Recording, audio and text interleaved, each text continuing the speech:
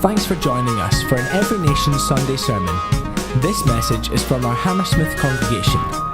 For more information on our church, or to see how you can be involved, please visit everynation.co.uk. Today we are going to speak about living in God's rest. It's actually a continuation of that, of something we started 2 weeks ago. And if you come here regularly, you'll probably hear us talk about rest every now and again, because we all need more rest.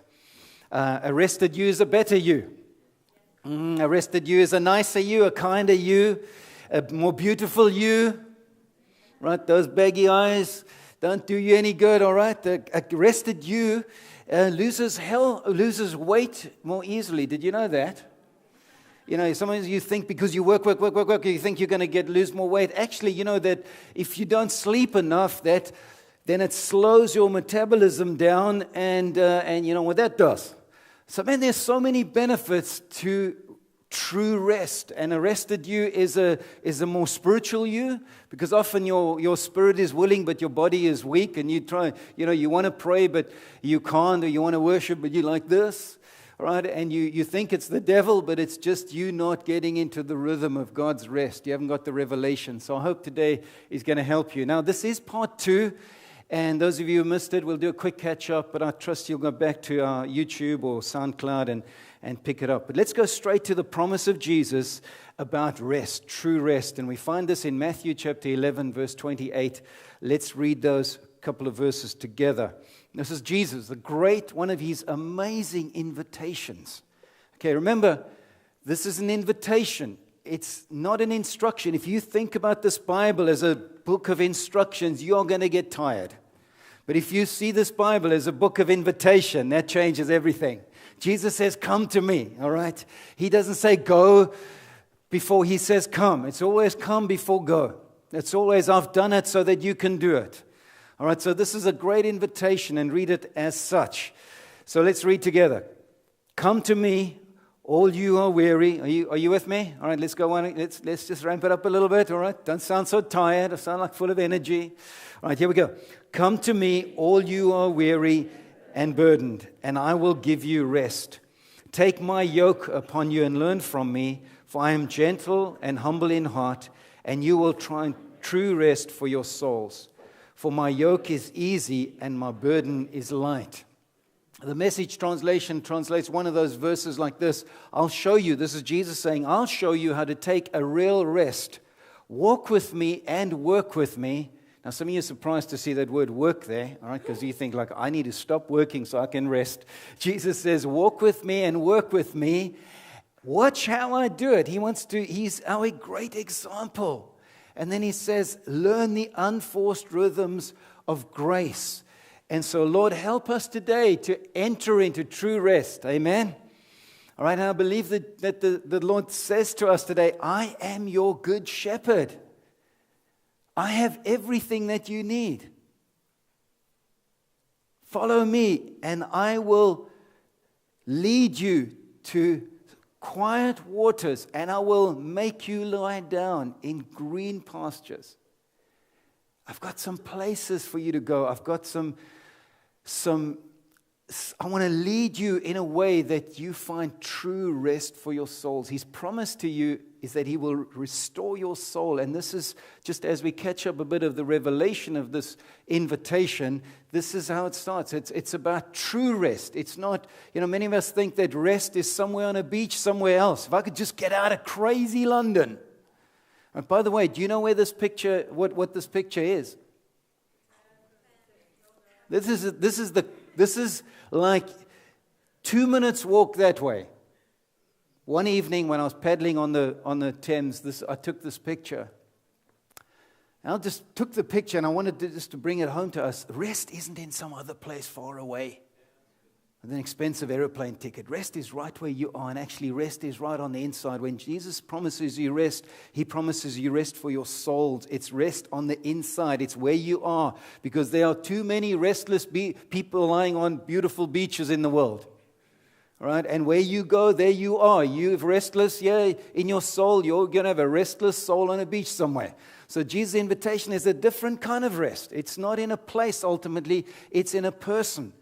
The second thing you got to get here as a revelation is what is the rest that he's talking about? What is he talking about? What are you weary and tired of? What's the thing that really gets you tired and weary? And here it is. It's not your job and it's not your ministry. Those are not the things he's talking about. Now, those might get you tired, but then you can do something about that. But that's not what Jesus is trying to solve here. He's trying to solve two things that tire you out more than anything else. And those are dead religion and idols, serving idols. Two things that'll tire you out like nothing else on this planet. Dead religion, which is works. And so he says he's inviting us to rest from our dead works, our works. And works really from the Bible is things that we do to try and earn some brownie points with God. We are like the prodigal son who comes home. By nature, this is us. We come home and we say, Father, I have sinned and I will be your servant. I will serve you until I've paid my debt. How many of you know that's going to be tiring because you got a lot of debt to pay off? Right? Or we like the older brother. We might say, well, I've come home, okay? But then we like the older brother who says, Father, all these years I have served you and you never gave me anything. Right? That'll get you tired. And the Father says, listen, everything I have is yours. You see, we are saved by grace, not by our works, lest anyone should boast. But if you're trying to bring your works to God, I'll tell you what, that'll kill you. That'll tire you out like anything else. So Jesus says, listen, I want to sort your works out, your dead religious works out, and I want to take the place of idols. You've hooked yourself, you've yoked yourself to idols that you're trying to draw from, and you need to fire some idols. Some of you need to look at that and say, you fired! And you need to let go of some stuff. You need to let and Jesus says, yoke yourself with me. I'm going to show you how to find true rest. So the problem we've really got to solve is our idol serving and our dead religion. And we've got to enter into grace. By grace we have been saved. Grace is God's riches at Christ's expense. It's what God's done, not what you do. So this is what Jesus is saying. Let me show you how that happens. And then he says, come to me, all right? He is the answer. The revelation of here is ultimately that Jesus is the rest. Rest does not come from taking one day of the week off. Rest does not come from taking a Sabbath day once a week. Jesus says, I am the Lord of the Sabbath. I am the fulfillment. He says, don't let anyone judge you on taking a day off and practicing the Sabbath and all that stuff, because those things are just a shadow of the good things to come. And the reality of those good things are Christ himself. Because I don't know how about you, but if you've ever read about the Sabbath, you've never ever kept the Sabbath law. Right? It's not about keeping a day. It's about seeing that Jesus is the fulfillment of all that was promised. And once you believe in him, and this is where rest comes from. True rest comes from recognizing and receiving and rejoicing in the finished work of Christ on the cross. That's why your Sabbath as a believer, if you are a believer, isn't one day in 7, it's every day in Jesus. Now listen, you might need to have a 1 day in 7 rhythm in your life, and I suggest we do. We'll look at rhythm in a moment. But don't trust that one day is going to give you rest. There are many, I don't know if you've ever been to Israel, but if you walk around Jerusalem, you don't see many people, religious people, trying to practice the Sabbath looking very restful. It's a serious stress to try and keep the Sabbath law. So anyway, the point is simply, Jesus is the one in whom you find true rest. And the last bit of the revelation is Jesus says, come to me, all right? It's an invitation again. It's not a bunch of instructions. It's an invitation. And this is the great invitation of God to you. He says, come to me. Come with all your stuff. This is the great invitation of the church. By the way, if you are inviting someone to join us in any shape or form, give them the invitation like this. Come and discover more to life. Right? Come and discover more. There's more. Listen, anybody, you can come as you are. The good news is you don't have to stay as you are. You can come to this church as you are, and in this place you can become all God's called you and created you to be. I mean, that's the invitation. Come with your stuff. Come with your fear, your depression, your pornography, your drugs, your alcohol, your bad relationships, your whatever. Come. Come with your whatever you come. This is the great invitation of Jesus. And if that stuff is wearing you down or your friends down, tell them come. Come to Jesus and He will show us how to take true rest. So I pray that's the basis of this. And we're going to shift now to looking at how to take a real rest. Let's get a little bit real about rest. Because isn't it true that we can sometimes kind of know truth, but we don't know how to walk in it? Okay, we can have like revelation. Wow, that's amazing truth. But it just doesn't show up in my walk. It doesn't show up. And the greatest joy is not just to know truth, but to be able to walk in it. That's why as Christians, we sometimes have good intentions, but we don't have the skills to actually do the stuff that we want to do and know we should do, right? And skills make all the difference. So I'm going to share with you a few things that I think if you can embrace these and try and get them into your life, they will really help you walk in a rhythm of rest. Okay, they'll have to take this truth that we've just talked about and see how it shows up Monday to Sunday in your life. In fact, Hebrews 4 verse 11 says this. It says, therefore, having these great promises, this promise of rest, let us strive or do our best or be diligent. That sounds like hard work, right? To enter it. Having this promise, let us strive diligently to enter this rest. Why do you have to? It's like a fight. You have to fight for your rest, friend. Everything in this culture just wants to get you running, it wants to get you full of fear, wants to get you just restless. So the writer of Hebrews says, listen, there is a promise of rest for you. Strive to enter it and ultimately take it by faith. So let's share a few truths about rest. And I'm just going to use the word rest, R-E-S-T, to walk us through a few truths about rest. Are you okay with that? You know, there was a story told first about this great explorer. He left London many years ago, exploring deepest, darkest Africa. And he took a lot of stuff with him, loaded the whole ship on, sailed down to Africa somewhere, hired a whole bunch of locals to help him trek all the way through the jungle. And once he got them loaded up, he said, okay, guys, it's time now. And they started marching a whole day, early morning, late at night, settle down, camp. Early next morning, come on, we're going. This went on for a few days. About a few days later, one morning, got up. Come on, it's time. We got to explore. We got to go. And the guys just sat there. The locals just sat there. Didn't do anything. Of course, it was all being interpreted. So he says to his interpreter, what's going on? What's going on? Ask them what's going on. Why won't they get up? I'm paying them to get up. I'm paying them to help us. So they go, and they ask, hey, well, guys, what's going on? They come back. The interpreter comes back. He says, sir, the locals say they've got to wait a while because they've got to wait for their souls to catch up with their bodies. Somehow we got to just step out of the rat race, right? We got to figure out what's going to make it different for you and for me to live in a place of rest, that we experience its benefits, and people see that you have something that they are desperately looking for. Rest, peace, call it what you will. Let's have a look at this. And of course, Augustine said, our hearts are restless until they find their rest in you, didn't he? Isn't that beautiful? Our hearts are restless until they find their rest in you. Here's some truth about rest and some application of rest. The first thing that could be a game changer for you is how you think about rest. I'll call this the rhythm of rest. You know, the first mention of rest in the Bible is right in the beginning in Genesis. In the creation story, God creates the earth and then man on the sixth day, and the seventh day he did what?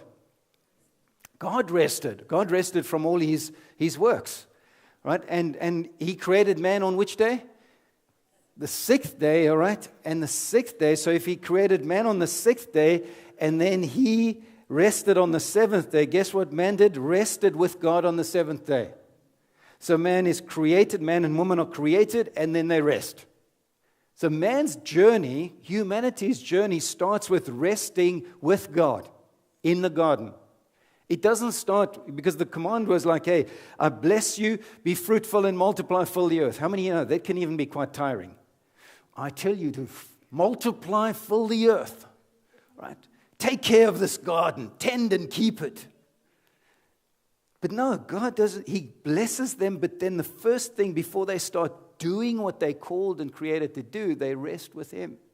So the divine pattern of rest is this. We rest and then we work. We don't work. Oh, I need a rest. Thank God it's Friday.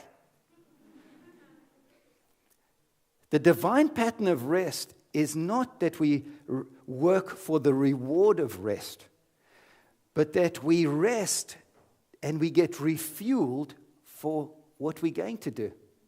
So how about this? Instead of saying, thank God it's Friday because of the week that's just gone past that you've had, if you say, thank God it's Friday because I've got a weekend to refuel for all the amazing things that lie ahead. How about you go to sleep, instead of going to bed at night, you think, oh God, thank you. I just need to go to sleep. It's such a tiring day. Instead of sleeping to recover, how about sleeping to get refreshed for those good works God has prepared beforehand that I should walk in tomorrow? This is a game changer. I think I've really tried to adopt this idea that if I look at the pattern of rest, I want to go to sleep with expectation for tomorrow rather than just like, oh, it's been such a hard day's work. So think about it, because that brings God into your future. And listen, your future is a much more energizing thing than just trying to recover from your past. So just think about that. You know, the Jewish Sabbath, for instance, didn't start in the morning. It started on a Friday evening, all right? And it was the first day of the week, not the last day of the week. So just think about the divine pattern of rest is that you rest in order to work. You don't just rest from work, you rest for work. Just think about that, how that shows up in your life. You know, actually, it even works for sleep. How many of you like to lie in a little bit? Come on, be honest. Okay, I like to lie. Actually, the better way to lie in is to lie in on the front end, not on the back end. It's scientifically proven. Trust me, I'm a pastor. Right? It's scientifically proven that if you want to get more rest out of your sleep, go to bed earlier and wake up earlier and you'll feel more rested than if you go to bed late and try to, just sleep until 9 a.m. Number one, did you know that in London, the most beautiful time of most days are before 9 o'clock? Right. Just in case you haven't noticed ever. Right, but just think about that. Think about your rhythm of rest, how you think about rest and that, because often what happens in our heads, you know, the soul is mind, emotions, will. What you think and how you approach things makes a lot of difference to the way you experience them. Okay, the second thing is the word E for enter. Now, I couldn't find a better word for enter, but I guess it's about entering His rest. And the principle here about rest is rest does not just come from stopping doing stuff, from doing nothing. True rest isn't just about, I can't do anything. True rest, I believe, is about doing the right things at the right time, in the right strength. And not just, I just want to stop doing. Many of us do the wrong things and we don't do the right things. We haven't discovered and we don't commit ourselves to the things that really energize us in life, the things that really fuel us. Have you ever thought about the story Jesus told, the parable of the talents? So the master gives one guy 5, the other one 2, another one 1. So they go and they do their thing with it. They come back and the guy with 5 says, Master, this is what I did. I got 5 more for you. What does he say to him? Well done, my good and faithful servant. You've been faithful with little. I'm going to give you responsibility over much. So, whoa! More responsibility? I thought my reward would be a week on the beach. But you see, that's the way we think about work and responsibility as just a burden. The thing is figure out what it is that you do that has the the evidence of energizing you, of blessing others, when you start to do those kind of things, that passion will release more energy in you than stopping stuff and doing nothing. Many people, I believe, are tired because they do nothing. Just saying. You know, that's been proven that they did a study on people that were 100 years and older. And they try to figure out what makes it, what's the one common denominator between those who lived in way old age and those who did not. You know, the one thing was that they found was that it was those who served others. They lived to serve others. Whether they were in an old age home, they're still serving others, they're knitting things, or they're running some club or doing whatever. They're finding something to do, something that gives them purpose, something that gives them a sense of, hey, my life matters. And I believe many of us, if we're not doing the right things, that very not doing the right things will tire us out. And I want to encourage you, find your, what we call in the follow course, your grace-shaped. Follow 2, by the way, starting in 15th of June, I believe, for 6 weeks. And one of the sessions we look at fruitfulness. You know, one of the problems many people and Christians have is they are spiritually unemployed. They're just consumers. You're just eating sugar all the time. You wonder what, you know, and you need to get in the game. And so when you understand how you are shaped, that you're not a square peg in a round hole, but you find the way you're graced and you step into that, man, that is amazingly energizing. So just this thought, don't just try to find rest by doing nothing. Try to find rest by doing the right thing. And even in your spare time, I mean, we talked about work and ministry and that, and some of you might need to change jobs. You're just doing the wrong thing. Some of you need to have some crucial conversations with your employers about how they're driving you.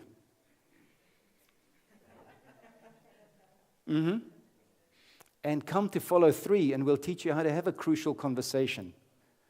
Okay, that's a skill. Many of you tried that, and you got fired or something. But I was with a friend in Austria. We were snowboarding, and we were 3 of us, and we were just being accountable to one another. And we asked him, when last have he was looking to change careers or change jobs, and I said, well, tell me about that. And he said, well, you know, I haven't had a raise for years. So I said, well, when last have you had a salary review? He said, it's been ages. I said, okay, hang on. Here's the first thing. You've got to have a conversation about that. So we went through, here's how to have a crucial conversation, okay? Here's how to have this conversation. Taught him the skills. I said, in 2 weeks' time, you're going to tell me whether you've had this conversation or not. He went back, had the conversation. He got a great raise, and he still had the same job. Okay, sometimes you have to change situations by just bringing some wrong things to light. But find that thing that you graced in. And remember that you can run and not grow weary. There is a way to run and not grow weary. So if your ministry, if you say, oh God, I'm tired of serving you, I'm tired of serving in the church, you're either doing it the wrong thing because you're not graced for that, or you're doing it for the wrong reason. You're trying to prove yourself or something. Find your place. Which part of the body are you? And get in the game and feel the energy of God. He enables you. I mean, his energy comes when I step and say, here I am, I'm serving you. I don't know, last time I read the Bible, he empowers me to do that. One of the ways to get power is to step into the right place and purpose.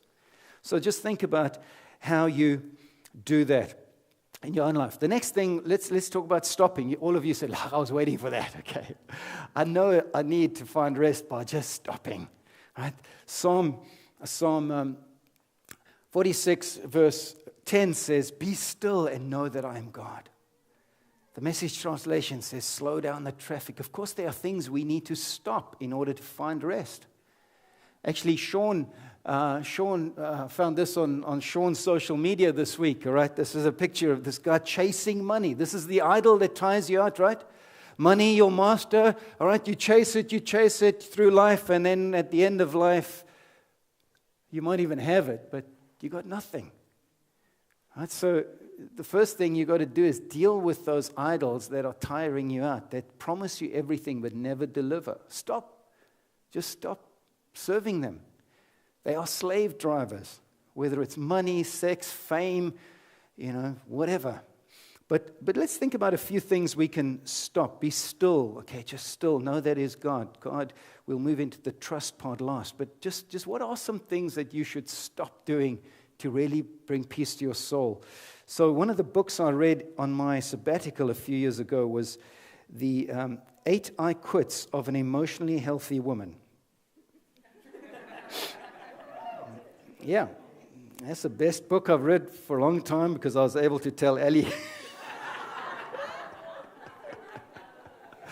No kidding, man. I read it for myself. Guys, I highly recommend this, okay? So if you want to, maybe you can Google the 8 I Quits of an Emotionally Healthy Woman because I haven't got them on the slide.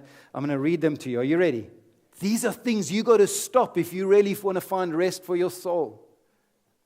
Okay? The first one is quit being afraid of what others think. Okay, I'm not going to explain these all, but quit being afraid of what others think. Being a people pleaser will tire you out like anything. Get over that. Quit lying. And by lying, this is Jerry Scazzero that writes this book. By lying, she means quit saying yes when you mean no. Hey, can we meet up? Yes. I don't want to. He's on the inside, right? That's going to kill you. Everyone say no. Okay, just a little bit more passion. No. And that one word, just drop that word in a few times more this week and you get more rest for your soul. Third one is quit dying to the wrong things. Don't be so religious that you die to all the wrong things. Don't let religion tell you what you should stop doing. And stop judging people who do some things that your religious upbringing tells you is not the right thing to do. I'm talking about a bit of dancing or something like that. Just some of you need to get a life again. Some of you need to do some stuff you enjoy doing. He's on his paddleboard again. I like board meetings. What do you do to get a life, to express, just to be out there and let your soul be restored? Where are your still waters and your green pastures? Hey, go for a walk or whatever. Just don't stop rushing past everything. Do something and quit denying or dying to the wrong things. Here's this will be worth coming to church for, right? Yeah. Just make a list today, this evening. Just say, I love, and then just fill the list in. I love. And just start to think about what things you love. I love pizza. I love paddleboarding. I love watching a good movie. I hate watching bad movies, but I love watching good movies. I love hanging out with my friends. I love worshiping God. I love reading my Bible. You make a list like that, and then when you've filled up the page, don't just put 3 things, okay? That's just too shallow. Go a little deeper. And then just look at that and say, do I do any of these things? Do I do any of these things? So stop dying to the wrong things. Here's a couple more. Quit denying anger, sadness, and fear. All right? Quit denying the stuff that's down there. 3-4 weeks ago, I did a message on how to live in true peace. And that is, some of you really need to go and listen to that message about just being real about what's the anxieties and stuff going on inside of you. Because those will kill the rest in your soul. Okay? New decisions. Anyone tell me, those of you who went, tell me your new decision on feelings. Somebody. Wait, you were up there. Let's get someone else. Crystalline. I've made the decision that I feel all my feelings and discharge them completely and safely. I've made a decision that I feel all my feelings and discharge them completely and safely. That's a game changer for your soul. Because, man, it's tiring to keep that anger and sadness and all that stuff down. Don't come up. I'm happy. That's why we worship with one hand. One hand. Lord, keep him down there. But I'm joy. I got the joy in my mouth. Come on, man. Okay, quit blaming others. Oh, that'll tire you out. Quit over-functioning. Stop doing for others what they can and should do for themselves. That's a whole message you can preach on that. Don't overfunction. Stop it. Right? Discipleship. I'm not here to read your Bible for you. Read it for yourself. Get some faith from the Bible. I'll inspire you and we'll preach the word to you, but you read your Bible for yourself. I'm not going to do a podcast every day to tell you what to read. You got a Bible? Read it. Don't just read it, reap it. There you go. This will get us going. 2 more. Quit faulty thinking, okay? And lastly, quit living someone else's life. God's given you an amazing life to live. I wrote a few down. Stop saying that you are busy, right? Because when you say, we're going to ban the response, how are you doing? I'm busy. Because when you say I'm busy, that means you haven't got time for me and you're guaranteed that we're going to have a shallow relationship. It's not a badge. It's nothing to be proud of. I'm busy. I'm important. Stop squeezing in as much into every day as possible. Oh, just another email, just another Facebook post. Okay, stop lusting. Lust will kill you too. Lust is when you want what, you just want more. Lust is never satisfied, so it's always going to tire you out. And not just sexually or pornography, but anything, money, fame, happiness. Just lust. I want more. Like that English philosopher said, I can't get no satisfaction. We have got to land this today. Are you okay? Okay, yet 2 more. Stop comparing yourself to others. And some of you that means, translate that into stop looking at so much social media. Right? I don't mind if you now and again look at it in these ways, but the first thing you look at in the morning when you wake up is social media, and the last thing you look at, you have a problem. And you need to change. Be accountable to somebody. But it's been proven that this social media, this comparing yourself to others, is just detrimental to souls and emotional health. You've got to get victory over that thing. Just like you have to get victory over porn and all that sort of stuff. This stuff will kill your soul. And the last thing is stop before you start your day. Turn to the one that can really restore your soul. I do. When I pick my phone up in the morning, the alarm goes off. I've put all the little things that tell me their notifications. I put all that off. I don't want to see that anybody sent me a message. That's not the first thing. I have my Bible over there. That's what I want to read. When I'm tempted to read the other stuff, I go to the faith book, not the Facebook, right? That was worth coming to church for too. But just listen to me. I know what it's like. I want to get with God. Sometimes I'm tempted to read those messages and stuff. And I don't know about you, but once I got that thing in my head and somebody's asked me something or sent me some terrible message about how bad he preached that Sunday, it never happens, by the way. It's there, and I have to fight that thing. Why fight? Why not eliminate today what you're going to have to fight tomorrow? Why not just get rid of some stuff and look at your Facebook later on your way to work, whatever you want to do, but just get with God. And the last thing about rest, I've got to land this, is trust. Taking a Sabbath in the Old Testament was one of the biggest faith steps they could take. Because on that day, they needed to trust that when they rested, God would do something that He didn't do on any of the other days. His instruction was, listen, as they were going through the wilderness, on the 6th day, collect twice as much manna. And they said, oh, hang on. In the previous you said, anything we have left over, it'll go rotten by the morning. But now you're saying on the 6th day, collect twice as much. And then He says, no, but what you collect on the 6th day, twice as much, it won't rot on the 7th day. You're expecting a miracle on the 7th day, friend, and that's the truth. When we enter God's rest, when we stop working at our works, we can trust that God is working. Many of us are saying when we're in the boat and there's a storm and Jesus is asleep, and we say like the disciples, don't you care, Lord? But yet, when we enter God's rest with Him, we can believe that He is working. And He is working for you. That's what the Sabbath is. When you rest, when you say no to the stuff of this world and you rest, I'm going to promise you that God is working when you put your trust in Him.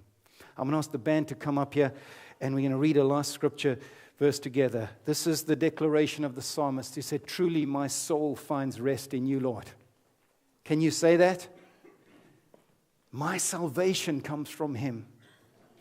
And I pray for you that as you consider the revelation of rest and the application, the practical rhythms of rest, getting real rest, that this will be your conclusion, that my soul finds rest in God. My salvation is from Him and Him alone. Let's stand together.